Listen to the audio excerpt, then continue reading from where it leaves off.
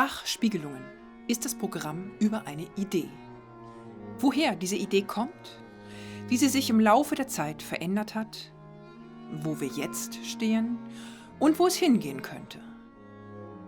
Der Ideengeber dieser Geschichte war Friedrich II.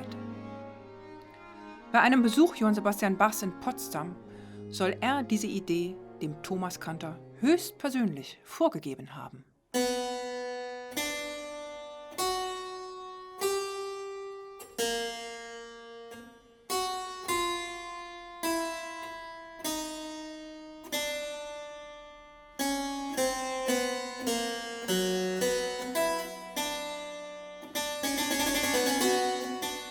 Was auch immer an der Legende dran ist, ob der König wirklich der Erfinder dieses königlichen Themas war oder nicht. So wie Bach die Idee weiterentwickelte und sie in devoter barocker Manier als musikalisches Opfer dem Preußenkönig widmete, entstand eines der kunstvollsten Werke der Musikgeschichte.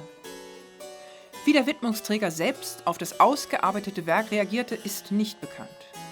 Vielleicht war er von den kunstvollen kompositorischen Finessen wie viele seiner Zeitgenossen überfordert.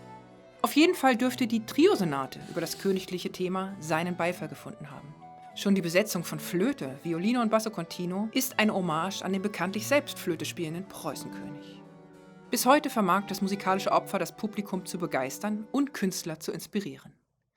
Der koreanisch-deutsche Komponist Lee Sang-yun figurierte das königliche Thema durch 12-tönige Klangfelder und unternimmt nach eigenen Worten mit ihm einen Spaziergang in die asiatische Tradition.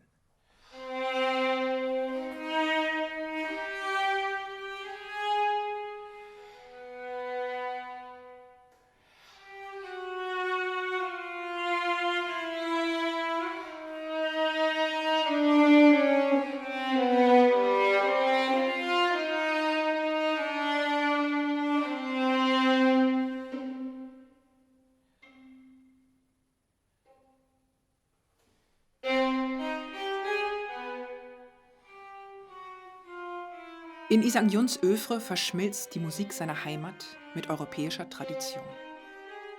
Das Ansehen Yuns geriet durch politische Verwicklung ins Zwielicht und gipfelte 1967 in seiner Entführung durch den südkoreanischen Geheimdienst aus Deutschland nach Seoul. In einem Schauprozess wurde er zu lebenslanger Haft verurteilt. In zweiter Instanz zu 15 Jahren, schließlich im Jahre 1969 zu 10 Jahren Gefängnis begnadigt. Nach internationalen Protesten kam er jedoch einen Monat später frei und kehrte nach West-Berlin zurück, wo er deutscher Staatsbürger wurde.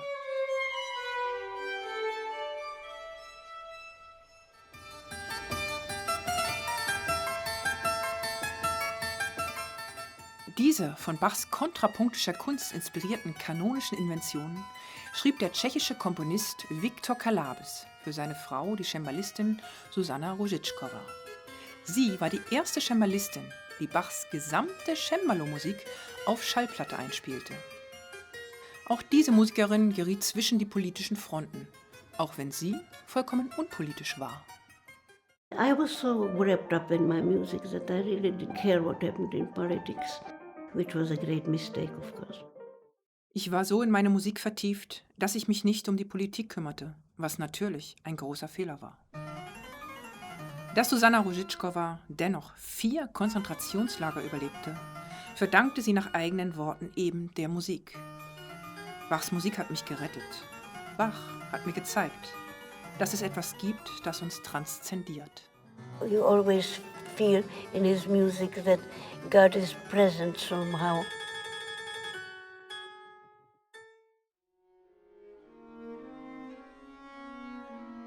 Neobarock interpretiert die Musik des Programms Bach-Spiegelungen jeweils auf dem Instrumentarium, für das die Werke einst geschrieben wurden. So verschmelzen neue und alte Musik und Zeit wird hörbar.